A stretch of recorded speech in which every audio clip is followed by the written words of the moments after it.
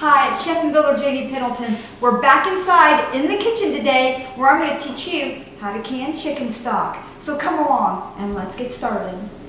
Okay, before you start canning, always put your hair up. First of all, I never mentioned that. Get your hair up out of the way. I've got long hair, short hair, get it up out of the way. Wash your hands really well. Because I handled the camera and we were out this weekend, I went ahead and washed my hands again. Now, what we have here is we have the chicken stock that I made the other day. It's been sitting in the refrigerator for 48 hours until it formed this bit of fat. See that right here underneath here? We've got to take that off. Now first I want to tell you, when I take this off, I'm actually going to either store this in the refrigerator or I'm going to can it up. Because you can use this for dog food, pie crust. It's can it up along with the rest of your stock. Or you can even use this for bird suet. Just put some bird seed in there and sit this out for the birds. You can hear my birds in the background, by the way. My husband just opened the windows and the blinds right before I started recording this, so they're excited. So I know I get complaints about my birds sometimes, but you're gonna have to suck it up today. Whenever I'm talking in here, they talk. So we just want to take and we want to get this fatty layer off of here, but we also don't want to waste any of that good broth. Now under here, after we get all that off, you can see here this nice gelatinous chicken stock here. You see that? Very gelatinous, okay? You can even wiggle that. Can you see that? Look how that looks. You can just cut right into this and get that. Now this is the part that we're going after, okay? Now you can take it at this stage, put it in containers, label them the date that you made it, store it in the freezer, and it will last in the freezer for probably about 6 to 8 months in the freezer. Checking your freezer often, make sure that it doesn't thaw and then refreeze again. That's not a good thing. But in this particular case, I'm going to go ahead and I'm going to can my chicken stock and my beef stocks and my ham stocks today. I'm going to be doing all of this today. So, because I did all that cooking of the meats and canning all the meats, and I had a lot of leftover stock. This was 3 whole chickens that made this, and I cooked this down and reduced this down to this far. Now I'd also like to add that you can also dehydrate this at this stage as well. It's the perfect stage where it's been cooked down really concentrated, and you can dehydrate this on your meat setting, on your a very high heat temperature setting, on your dehydrator. And then you want to grind this up in some sort of a grinder, a coffee grinder, or a food processor, and then you want to store this in a vacuum sealed jar. Now, I've taught you how to vacuum seal your jars, so if you don't have a Seal-A-Mill or a vacuum sealer or a jar sealer, go on eBay and pick one up. You can pick one up and bid on it, and you can get it pretty cheap. That's the way I got mine. So we're also going to can up the fat. I'm going to remelt this, put it in here, and I'm going to can up the fat. Now, let's talk about size of jars here. Let me just set this aside for just a minute. All right, jars. When you're canning stock, it's not the same thing as canning meat. I always thought that it was until I started actually canning the stock instead of freezing it. Like I said, it stays good in the freezer. Even the fat will stay good in the freezer, in a freezer-safe container for about 6 to 9 months. That's the luck I've had with it, especially the fat portion. But today I'm canning. And in canning, I've washed my jars in sudsy water because I am pressure canning this. So here's the deal. This is the question that people keep asking me. The minutes on stock, for meat stock, is not the same as meat. Where I'm at 1,000 feet below altitude, because I'm on flat land USA, I'm at 10 pounds of pressure. If you are above 1,000 feet, check your Ball Blue Book canning guide, okay? Because that will tell you your altitude and your canning pressure. Like I said, I'm in Flatland, Indiana, so I'm 10 pounds of pressure. And you only can these pints, 20 minutes, quarts, and the 1.5 pints, because there's no measurement for the 1.5 pints. You want to step up. You want to do this for the larger amount, which is quarts. And that would be 25 minutes. So 20 minutes for pints, 25 minutes for quarts, or the 1.5 pints, which we're going to treat like quarts, just because we know that it's larger than the pint. Okay, you can see by comparison, you're always better going with the larger canning time. Okay, and until they come out with some times for the 1.5 pint jars, just treat it like a quart. It's worked for me. Matter of fact, I probably wouldn't change the times because this works for me. This has always worked for me since it came out with these jars, so that's what I'm sticking with. After 32 years of canning, this is what works for me. I have a feel for it. So if you have any questions, just leave a comment below. But always check your canning guides and what, like the Ball company, if you're using Ball or Kerr jars, they're owned by the same company. Find out, you know, what their canning specifications are, and follow that guide. Now, the next question that I'm always getting is, Jane, what about the new lids? All right, go right here. I'm going to make a totally separate video on the new lids, okay? This is a whole different subject, and I just feel like that needed a separate video. But I will tell you this. I still bring my lids up to a simmer, even if they're the new lids. I bring them up to the simmer, and I do this because my husband was a lab tech in the Army before he was a licensed surgeon. Before he even taught medicine out here at the hospital, he was a lab tech, and he spent a lot of time with his eye to the microscope. And me, on the other hand, I have my master's degree in criminology. And I can't tell you some of the things that I've seen under a microscope.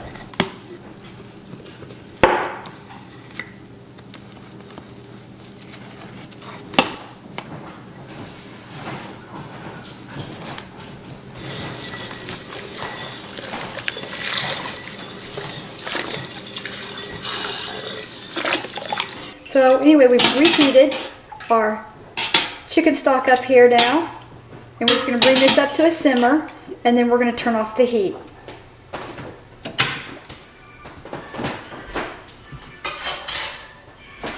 We'll carry this over and set this at our canning station. Okay, now I'm going to lift out the jars from steaming, and I'm going to carry these over to our canning station.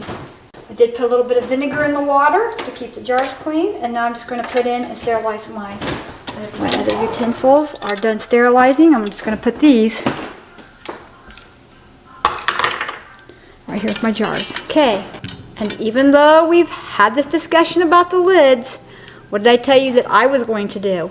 I brought my water up to a simmer, shut it off, and then brought my lids over here, and they've soaked for no more than 10 to 15 minutes. So we have our jars, and I'm going to go ahead and I'm just going to turn these up right, sterilize my ladle. Can you see the steam coming off of there? And we're all ready to start filling up, but I'm going to fill this up to about a 1 inch to about 3/4 of an inch headspace, probably. Somewhere in there. Just going to fill that up. Remember, this is chicken stock. We don't want any cross-contaminations in the kitchen. So I'm going to can some carrots later. I can take a little more. And I'm just doing pint jars here. That's fine.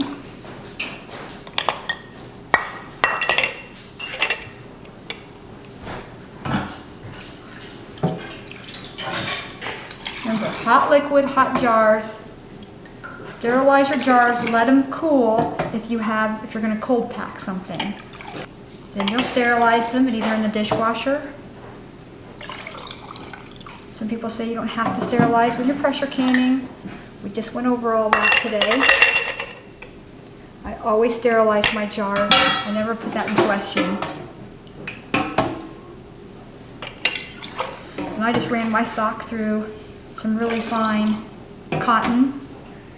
You can use several layers of cheesecloth as well, but look how rich this is. Okay, you don't have to debubble these, but I always give just a really gentle tap, just to be on the safe side. And I look, and it looks like this one and this one can use a little bit more, and I have just a little bit in here. And you can add a little water to this, by the way, if you have to. You can put a little bit of sterile water in here, and that's fine. Okay, so we just want to dip that into the hot water or into some vinegar. And you just want to make sure your tops are extremely clean. And never double dip your napkin. Okay, there we go.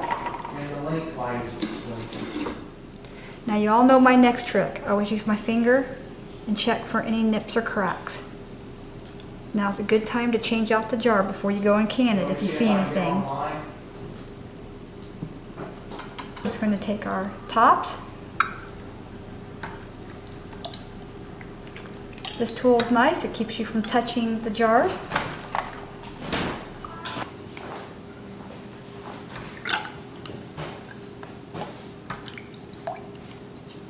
Sorry, I can't talk much today because my husband's on the phone. Here, I'm going to show you, make sure you can see this, how to judge on things. You don't need a tightening tool. That is totally unnecessary. Unless you have arthritis in your hands or something, you don't need that. Just give it like, see how that kind of stopped right there? It's kind of just a light touch there. You want to take it like that and just go like this. Just till it gives right there. That's plenty. There you go. That's called finger tightening, just till it stops, like that, and then gives, right there. It's up. Here we go. And we will be right back. Okay, and here's our chicken stock. Isn't that beautiful? We're just going to sit that down inside the canner. Just like that, and we're going to finish filling the canner.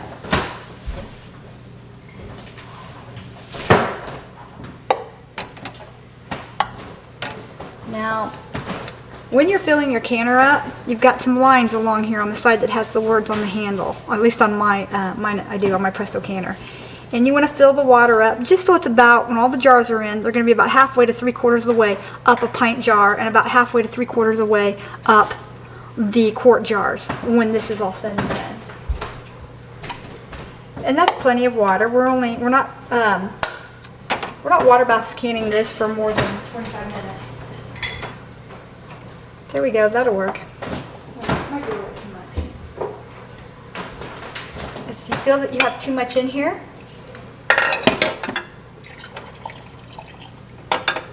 just take a jar and dip it out, and then use that for your clean water for your next batch of room cleaning. Okay, I went ahead and canned up the fat that was on top that you saw me scrape off. This is good for the dog's biscuits, to make dog biscuits, to make regular biscuits. My grandmother used this for all kinds of things, and you just can it for the same amount of time. Matter of fact, that's another reason why I'm adding the other 5 minutes to my time, just because I'm canning up that fat as well, the chicken fat. Now, I've already done this, but I'm going to show it to you again. We're just going to put a couple splashes of vinegar in the water, keep those jars clean. Crank up the heat here, make sure that we have a little bit of oil here to blow through the lid right here. Make sure that our nipple here, make sure we can see daylight and there's nothing in there. Okay, that's fine.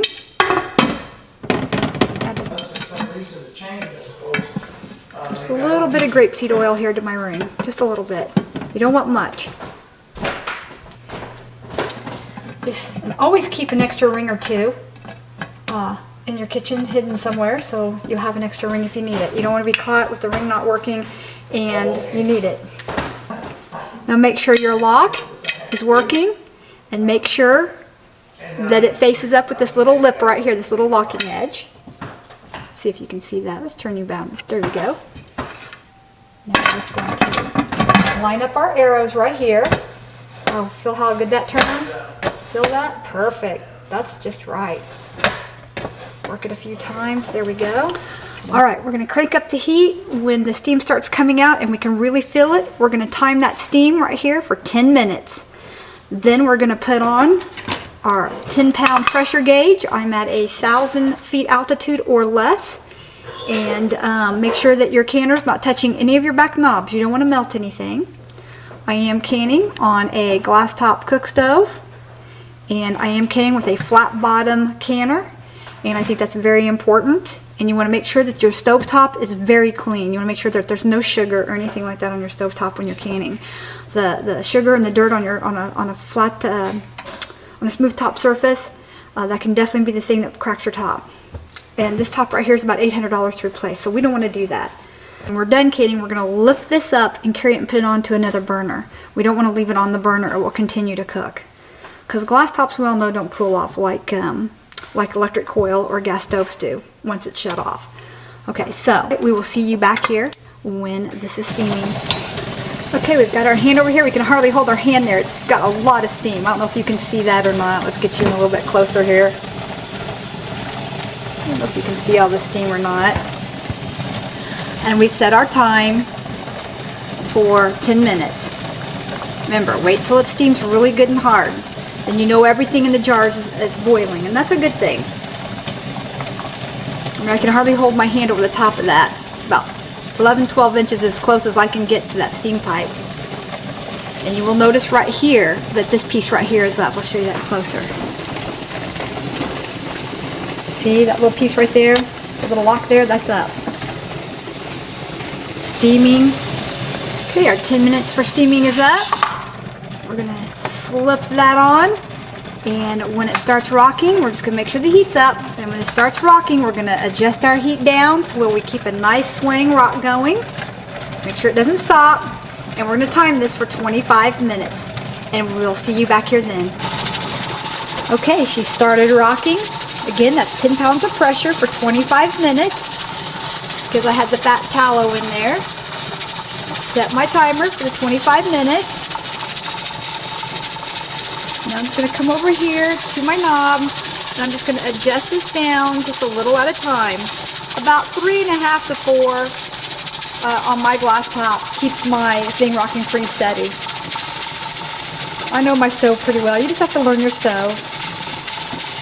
You can see the locking lip right here. That's up. This is how she should look and how she should sound. Alright, this little pin here is dropped, which means we can go ahead now and remove our weights. Remember, wait for that pin to drop. That means there's no more pressure left in the canner. Alright, now at this stage we can go ahead and open it. But instead of getting in a hurry, I just want to explain to you that you want to open this lid away from your face. You want to block that steam from hitting you in the face. Because this just dropped, it's a little bit cool in here compared to in here. You're going to get a steam bath. Just open it for just a minute. Release a little bit of that air. See that steam? There you go.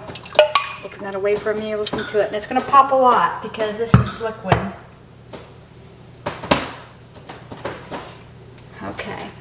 Well, I'm just going to kind of let this just kind of sit in here for about 5 minutes. I'm just going to kind of let it sit in here and just have a happy little bath. And we'll be right back in about 5 minutes. Okay, our 5 minutes are up. And we're going to go ahead and start pulling these out. Now, if you've got the air conditioner running, you do not want to set these in a draft, okay? I can't say that enough. Do not put them in a draft. Okay? And I don't know if you can see that or not. Look at that blazing in there. Look at that bubbling.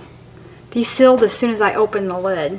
Now, they might pop up and down. Usually a hot liquid like this will just pop up and down a lot. So we're just going to take it over and sit it on a towel on the counter. This will keep those from bursting and you won't break the glass. No. See which one is it had the fat in it. Here you go. This one right here had the fat in it. You can see it in there. That will harden up in there and that's fine. We're going to put it over here on the end so I can mark it.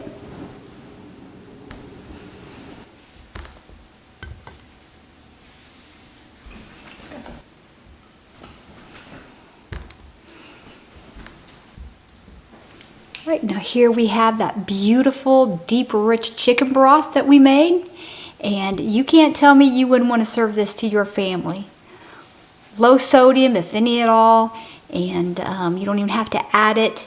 It doesn't have any phosphates or any kind of chemicals in it.